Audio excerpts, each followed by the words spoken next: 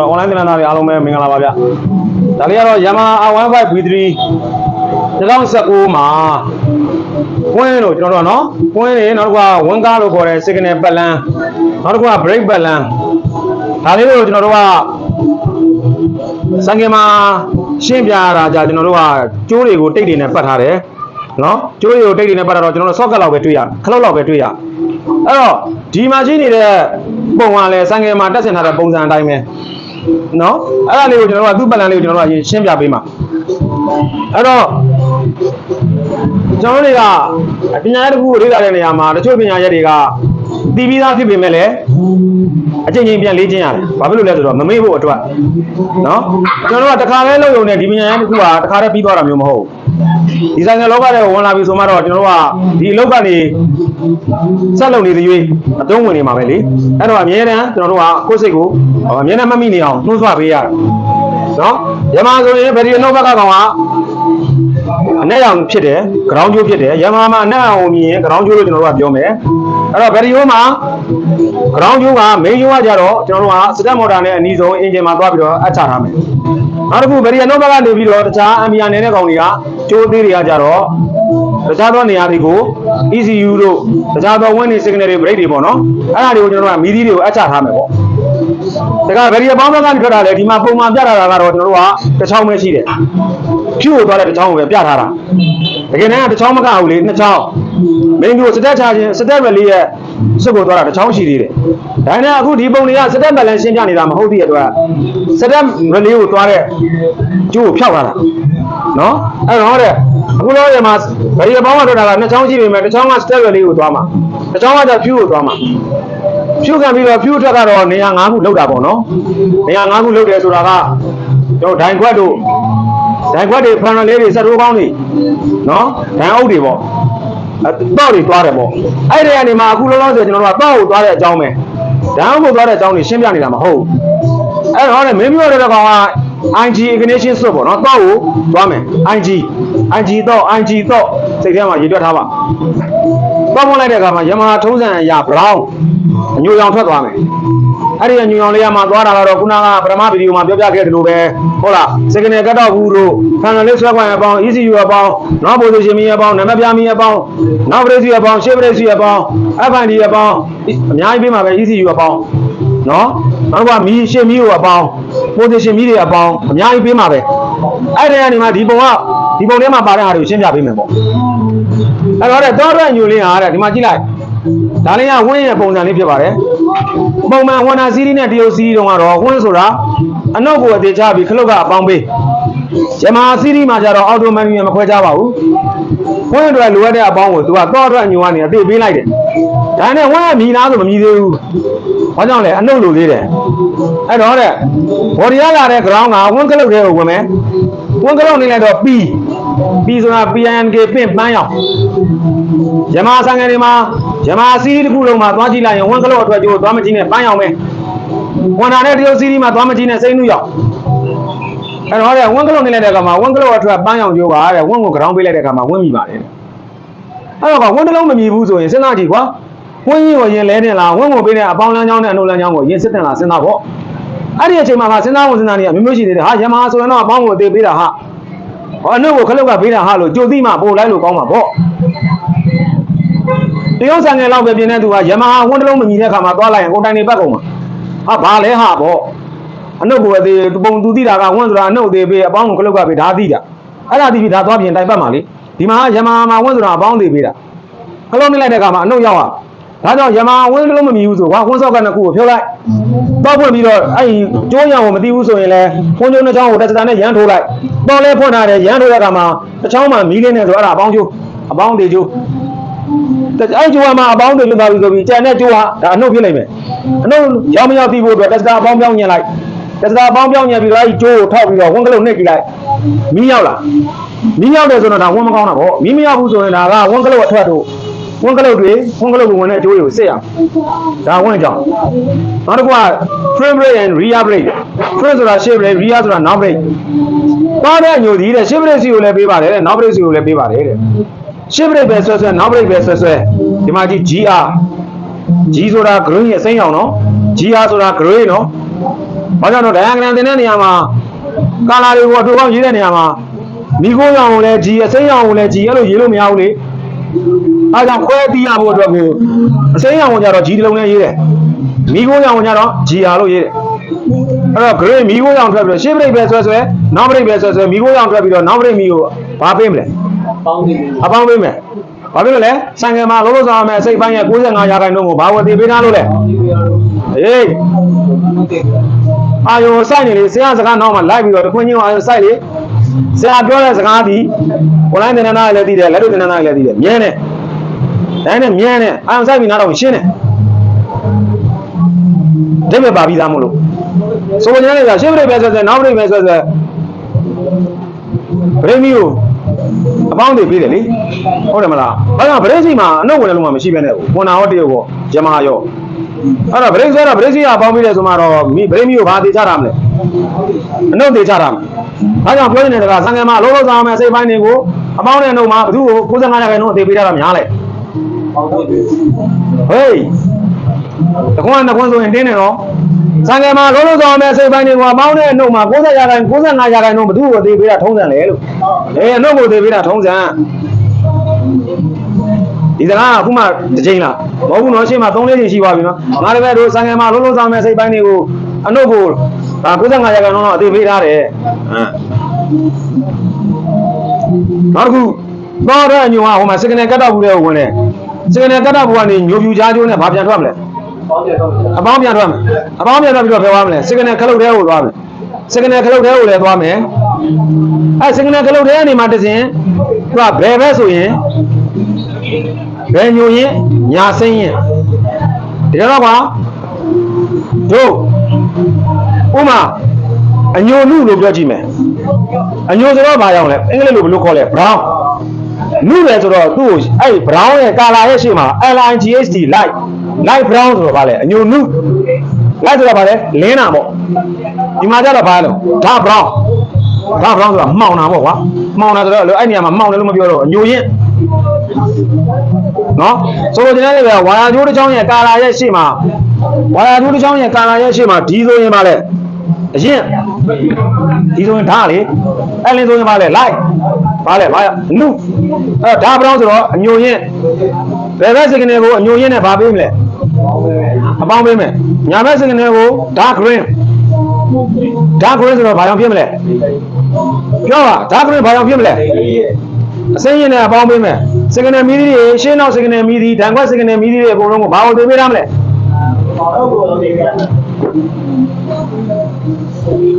စကနေမီးသီးတွေကိုဘာသိပေးထားမလဲလို့အနှုတ်သိပေးထားမယ်နော်ဒီပုံလေးကကြတော့တော့တဲ့ညိုကနေမှတစဉ်ကွင်းကိုအပေါင်းသိပေးမယ်ကွင်းတွေလိုတဲ့အနှုတ်ကိုကွင်းကလောက်ကနေပေးမယ်ပန်းရောင်နဲ့နောက်တစ်ခုရှစ်ပရိတ်စီကိုလည်းပေးမယ်နောက်ပရိတ်စီကိုလည်းပေးမယ်ရှစ်ပရိတ်ပဲဆက်နောက်ပရိတ်ပဲဆက် grey မိခိုးရောင်ထွက်ပြီးတော့နောက်ပရိတ်မိကိုဘာပေးမလဲအပေါင်းပေးမယ်နောက်ခုစကနေကတောက်ဘူးတဲ့ပေါင်းပေးရလားနှုတ်ပေးရလားစကနေကတောက်ဘူးတဲ့ဝင်တဲ့အပေါင်းကကတောက်ဘူးကနေညိုပြူကြားကျိုးနဲ့ပြန်ထွက်ပြီးတော့စကနေခလုတ်ထဲကိုသွားပြီးတော့ဘယ်ဘက်ကို dark brown ညိုရင်ညာဘက်ကို dark green အစိမ်းရင်းနဲ့အပေါင်းပေးမယ်စကနေမီးသီးတွေအားလုံးနဲ့လိုအပ်တဲ့အနှုတ်ကိုဘယ်လိုလုပ်ရမလဲ ground အသေးချထားမယ်အဲ့တော့စကနေမီးသီးတွေလင်းမယ်ဒါဆိုဒီဂျမာ15ဘူး3မှာဝတ်မမီဘူးဗရေမီမလင်းဘူးစကနေမရဘူးဆိုရင်ဝါလေးလိုက်တယ်မလားဝါလေးလိုက်တယ်မလားအဲ့မီးသီးခွဲပြင်မလားစကနေကတောက်ဘူးခွဲပြင်မလားဟိုဘာပဲသိဖို့လို့လဲစကနေကတောက်ဘူးမှာအပေါင်းဝင်ပြီဆိုမှတော့ဘာလို့ရမလဲထွက်ကိုထွက်ရမယ်မထွက်ဘူးမကောင်းတာတော့အဲ့ဒါပဲလေစကနေကလုတ်ထဲကိုအပေါင်းဝင်မယ်စကနေကလုတ်ကနေအပေါင်းမထွက်ရင်ဘူးမကောင်းတာတော့ဒီအဲ့ဒါပဲလေကိုကဒါပဲလုပ်ရမှာလေအဲ့ဒါဆိုရင်ဒါမြန်မာ15ဘူး3မှာရှိနေတဲ့ဝင်းစကနေဘရိတ်ပလန်ကြောင်းလေးကိုစဉ်းစားပေးခဲ့ခြင်းဖြစ်ပါဆိုရင်ဒီပုံလေးကဘာပလန်လို့ထင်မလဲမြန်မာ15ဘူး3ရဲ့နောက်နံပါတ်ပြမီနောက် position မီရှေ့ position မီရှေ့မီအနေမြင့်ပလန်အဲ့ဒါကိုတီးတန့်ခွဲပြီးတော့ဆွဲထားတာအကယ်၍သာအဲ့ဒီမီးတွေမလင်းခဲ့ဘူးဆိုရင်အခုဆရာပြတဲ့ပလန်နဲ့ဝါရင်းလိုက်ရမှာဖြစ်တယ်ဆိုင်ကယ်မှာဥပမာနဲ့နံပါတ်ပြမီမလင်းဘူးဆိုရင်အဲ့ဆော့ကကိုဖြုတ်ပေါက်ဖွင့်ကြီးအညိုအောင်ကျိုးမှာအပေါင်းရောင်မြောက်ကြီးရလားရရင်အနှောက်ရောင်မြောက်ကြီးအပေါင်းတော့ရောအဲ့ဒီမီလင်းကိုလင်းရမယ်မလင်းရင်မီလီကျွန်းတော့မီလီလဲဒီလိုပြောတာလေအဲ့တော့နောက်တစ်ခုသွားတဲ့ညိုကနေမှတစ်စင်းနဲ့ position မီးကရှေ့မှာဘယ်နေရာမှာရှိရသိလား တက်တက်ကြီးရဲ့ပြင်မှာရှိတာလားမိကောင်းနဲ့တွဲပြီးရှိတာလားရှင်မင်းနေမြင့်နဲ့တွဲပြီးတော့ရှိတာအဲ့ဒါကကြတော့သူလည်းဘယ်ထဲမှာပဲရှိမလို့မိကောင်းထဲမှာပဲရှိမှာအဲ့တော့သောတဲ့ညိုကနေမှတစ်စင်းနဲ့ဒီမှာမိကောင်းထဲကိုအပေါင်းဝင်မှာဝင်သားပြီဆိုတာနဲ့ဒီမှာ PO ဆိုတာတွေ့လား PO ဆိုတာ position မီးရတော့ position မီးလေးမို့တော့ဗာပေးလိုက်လေဘယ်ချိန်လေးကပေးတာလဲပေါင်းဝင်တာနဲ့အပေါင်းကရောက်ပြီးသားတခါအဲ့ဒီ position မီးလေးမို့အတွက်လိုအပ်တဲ့အနှုတ်ကိုလည်း body ကနေပေးတယ်ဆိုမှတော့အဲ့ဒီမီးကဘယ်ချိန်လင်းမလဲပေါင်းဝင်တာနဲ့လင်းမယ်ပေါင်းဝင်တာနဲ့လင်းမယ်ဒါဆိုရင်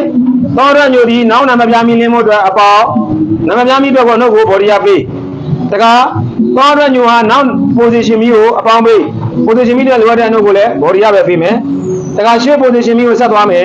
ရှေ့ position မီးကလည်းမိကောင်းထဲမှာရှိမယ်အတူလည်းသောတဲ့ညွာအပေါင်းပေးပေးတယ်အနှုတ်ကိုလည်းအတူကိုကြတော့ body ကနေအသေးချတယ်ဆိုတော့အဲ့ဒီမီတော့ဖွင့်တာနဲ့လင်းလာမလင်းဘူးလားလင်းနေတဲ့ဒါဆိုဆရာတို့ကဘာကြံနေလဲမိကြီးအနေမြင့်ကြံပြီဆိုတော့ဆရာတို့စဉ်းစားကြည့်အောင်ဆရာတို့စဉ်းစားမယ်ဘယ်လိုစဉ်းစားမလဲဆိုတော့ဆရာတို့ position မီးဆရာတို့အနေစဉ်းစားအောင်ကွာအနေစဉ်းစားမယ်နော်အဲ့တော့သောတဲ့ညွာ position မီးကိုလည်းတော့ဖွင့်အပေါင်းပေးတယ်လို့အနေမီးကိုလည်းပေးလားပေးပါဗျာနေမီးကိုလည်းပေးဒါဆိုတော့နေမီးကလည်းတော့ဘုနာနဲ့ပါလေအပေါင်းအသေးရောက်ဒါနဲ့အဲ့ဒီနေမီးရဲ့အတွက် LOW လို့ကနေမီးရဲ့အတွက်ကိုအောက်မှာ body ကနေအနှုတ်အသေးပေးထားတာရှိလားရှိပါဘူးဒါဆိုအဲ့ဒီမီးဒီတော့ဘုနာနဲ့လင်းမလားမလင်းဘူးတဲ့အဲ့ဒါဆိုရင်သူ့ကိုဒီမှာအနှုတ်ပေးတာဘယ်ကနေလဲဆရာတို့လိုက်ကြည့်မယ် ECU ကနေပြီးတော့တဲ့ဆက်နိုးသွားမှတော့ဖွင့်ရင်လည်းအဲ့ဒီ ECU က1နဲ့ကြားကျိုးကတော့ဖွင့်ရင်တဲ့အခြေအနေမှာလည်းထုတ်မပေးဘူးစတဲ့နှိမ့်နေတဲ့အချိန်မှာလည်းထုတ်မပေးဘူး။ဘာဖြစ်လို့ထုတ်မပေးဘူးလို့ထင်လဲမင်းတို့ရဲ့အတွေးအမြင်လေးတစ်ချက်တော့ပြောကြည့်တယ်။နိုးသွားမှထုတ်ပေးမှာ။ဘာဖြစ်လို့သောမွန်းတဲ့အချိန်လေးလည်းမထုတ်ဘူးစတဲ့နှိမ့်လည်းမထုတ်ဘူးနိုးသွားမှထုတ်တာကဘာသဘောလဲ။ဘလို့ထင်မြင်ချက်ပေးမလဲ။သိလား။ဆိုင်ငယ်ကအေးရပိုင်ဆိုင်ငယ်ဖြစ်နေသည့်အတွက်အေးရပိုင်ဆိုင်ငယ်မှာသောမွန်းလိုက်ပြီဆိုတာနဲ့ဗတိယဘိုးတွေကိုဝိုင်းပြီးတော့ပြားအောင်လို့ပဲဝိုင်းစားတဲ့ကောင်တွေတပုံကြီးမင်းရှင်မီးကလည်းစားဒိုင်ဝမ်ကလည်းစားနော်ဆယ်လည်းအပေါင်းပေးစီမန်းလည်းအပေါင်းပေးခုနပြောလို့ပဲလုံးဝိုင်းဆွဲကြတာအဲ့ချိန်မှာဆရာတို့ကရှင်မီးကိုပါရှင်မီးရဲ့နေမြည်ကြီးကိုပါအပေါင်းတို့သေးပေးလိုက်တခါရှင်မီးကလည်းလင်းအောင်ပါအဲ့လိုလင်းပြီဆိုတာနဲ့ဗတိမာအားမရှိတော့အဲ့ဒီအချိန်မှာငါတို့ကစတက်နေလိုက်တော့မော်တာပက်ရနဲပြီးတော့မလဲတော့မလို့တော့ဆိုလိုချင်တဲ့ပဲနောက်ပိုင်းမော်ဒယ်မြင့်2018အထက်ရောက်လာပြီဆိုရင်ဆိုင်ငယ်အကုန်လုံးဆိုင်ငယ်တော်တော်များများပေါ့လေ2018အထက်ရောက်လာပြီဆိုရင်မီးတွေက LED ပြောင်းသွားဗတိအားချွေထားတဲ့စနစ်ပေါ့နော်အဲ့တော့အနေမီတွေအပေါင်းဘယ်ချိန်ရောက်ဘယ်ချိန်ရောက်တော့ဘုနာနဲ့ရောက်လိုအပ်တဲ့နှုတ်ကိုဘော်ဒီယာပေးလားဘယ်သူကပေးရလဲ easy ရော1ကြားညွှန်းနဲ့ပေးတယ်ပေးတာတော့ဖွင့်ရင်ပေးလားစတက်နေရင်ပေးလားဘာဖြစ်လို့မပေးတာလဲဘက်ထရီစတက်နေတဲ့အခါမှာဘက်ထရီဘိုးတွေလုံလုံလောက်ရှိဖို့စတက်မော်တာကောင်းကောင်းမွန်မွန်လဲပတ်နိုင်ဖို့နောက်တစ်ခုစီမန်းမော်တာကောင်းကောင်းလဲစဉ်းစားကြည့်စမ်းပါမင်းတို့တော့ဖွင့်လိုက်ပြီဆိုတာနဲ့ EFI ဆိုင်ကမှာဒီ R5 P3 မှာစီမန်းမော်တာလဲဖို့အတွက်လဲအပေါင်းတို့ကထုံးပါသေးတယ်အဲ့ဒါလဲမော်တာကြီးတခါစတက်ကလည်းထိတ်နေထက်နေအောင်မယ်စတက်မော်တာကြီးအဲ့ဒီကောင်တွေကဗတိဘိုးတွေကလုံးဝကိုပဲကောင်းနေဖို့လိုအပ်တယ်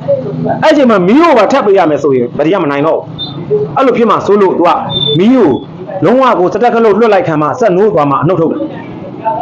်နော်ဒါတော့အနေမီးလေးမို့တော့အပေါင်းပေးရလား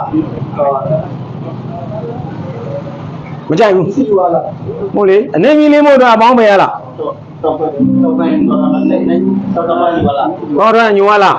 းတော့ရညွာလာနေမီလေးမို့တော့အနှုတ်ကိုဘယ်သူမှပေးတော့ဘုံရင်ပေးလာ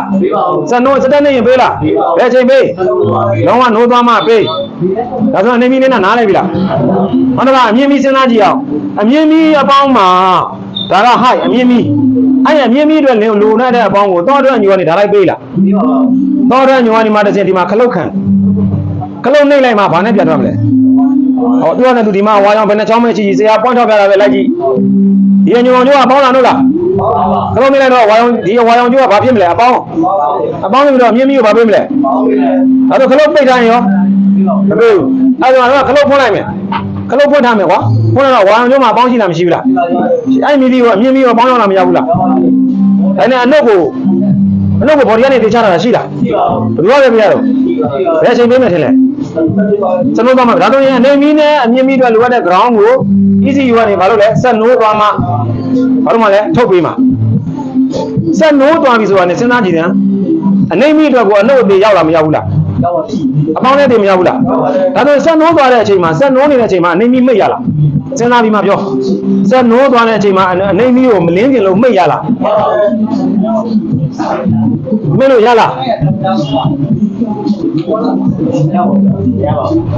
ဘာလို့မရဘူးလဲဆိုတော့ကွာသူ့ကိုပြီးတဲ့အပေါင်းလမ်းကြောင်းမှာလည်းခလုတ်မရှိဘူးအနှုတ်လမ်းကြောင်းမှာလည်းခလုတ်မရှိဘူးဒါကြောင့်မရဘူးလို့ပြောတာတကားဆရာတို့အမြင့်မီကိုကြည့်အောင်အမြင့်မီအတွက်ကိုကြတော့လိုအပ်တဲ့အပေါင်းကိုဘာခံထားလဲခလုတ်ခံထားတယ်ဒါဆိုရင်အမြင့်မီကဆရာတို့စက်နိုးနေတဲ့အချိန်မှာလင်းတယ်ပေါ့နော်လင်းတဲ့အချိန်မှာအဲ့ဒီမီကိုမလင်းချင်ဘူးကွာမိတ်လို့ရလားအုံတော်နဲ့စဉ်းစားလေမျက်လုံးနဲ့လည်းကြည့်လို့ရတယ်လေစံနှုံးနေတဲ့အချိန်မှာအမြင့်မီးကလင်းနေတယ်ဆိုမှဆိုအဲ့လင်းနေတဲ့မီးကိုအမြင့်မီးတစ်မျိုးတည်းကိုမိတ်ချင်တယ်မိတ်လို့ရလားဟမ်ရပါတယ်ဗောရပါတယ်ဘာလို့ရလဲဆိုတော့သူ့ကိုပေးတဲ့အပေါင်းလမ်းကြောင်းမှာခလုတ်ကန်လာလို့လေအနှုတ်ကတော့စံနှုံးတာနဲ့အသေးပေးနေမှာဒါပေမဲ့ခလုတ်ကပိတ်လိုက်ရင်အပေါင်းရောက်မလားမရောက်တော့လင်းမလားမလင်းဘူးနောက်တစ်ခါဆရာတို့ဒီဟာ15ပွေ3မှာဆရာတို့ဘယ်ဘက်လက်ကခလုတ်ကိုမရှိမှလက်ညှိုးလေးနဲ့ထောက်တယ်ပတ်စမီတွေးတာပတ်စမီ PSS ပတ်စမီကိုတွေးတာရှင်းမှာကားတွေပါပြီးမောင်းလာရင်ဆရာတို့ကမီးတောက်ပြတာပတ်စမီတီးတယ်ဟုတ်အဲ့ဒီပတ်စမီခလုတ်ထဲကိုလည်းသူကကြတော့ပတ်ခလုတ်ထဲကိုကြတော့သူကတော့တော့အညွန်ကနေမှတစ်စင် socket လေးခံပြီးတော့ဖြူနေကြကြိုးပြောင်းလိုက်ပြောင်းပြီးတော့အဲ့ဒီပတ်ခလုတ်လေးပဲပေါ့နော်အဲ့ဒီဆွေးလေးကိုအပေါင်းဝင်သွားတယ်အဲ့ဒီဆွေးလေးကိုနှိမ့်လိုက်မယ်ဆိုဘာထွက်မလားအပေါင်းထွက်မလားနှုတ်ထွက်မလားအပေါင်းထွက်ပြီးတော့အမြင့်မီးနဲ့သွားပေါင်းအဲ့ဒါကြောင့်ဆရာတို့ကပတ်ခလုတ်ကိုနှိမ့်တဲ့အချိန်မှာအမြင့်မီးရပဲဘာဖြစ်လာတော့ကစားအနှိမ့်မီးရသေးပဲအဲ့တော့ပတ်ခလုတ်ကိုနှိမ့်တဲ့အချိန်မှာလည်းပတ်ခလုတ်ကထွက်တဲ့ကောင်ကအမြင့်မီးကိုဘာပေးမှာတော့အပေါင်းမယ်ပေးမယ်အပေါင်းပေးမယ်နော်အပေါင်းပေးမယ်အဲ့ဒီအချိန်မှာတဲ့တော်တဲ့ညိုဟာတဲ့နောက်တစ်ခါဆရာတို့ကအမြင့်ကလေးကိုဖွင့်လိုက်မယ်ဆိုရင်အမြင့်မီးကိုပေါင်းရောက်မရောက်စံငယ်လည်းနှိုးထားတယ်ဆိုတော့နှုတ်ရောက်မရောက်နှိုးနေအဲ့ဒီအချိန်မှာရှေ့မှာမီးကောင်းထဲမှာအမြင့်မီးလင်းလားမလင်းဘူးလားသူလင်းပြီဆိုမှတော့ဒံကွက်ထဲမှာရှိတဲ့ high ပင်မီအမြင့်မီးဆိုတာဗာမီလဲအမြင့်ချက်ပြမီဘာရောက်လဲအပြရောက်အမြင့်မီးထွန်းလိုက်ဒံကွက်ထဲမှာပြရောက်မီလေးတွေ့ပြီးတော့ဟုတ်အဲ့ဒီမီလင်းမို့တော့ဘာလို့လဲ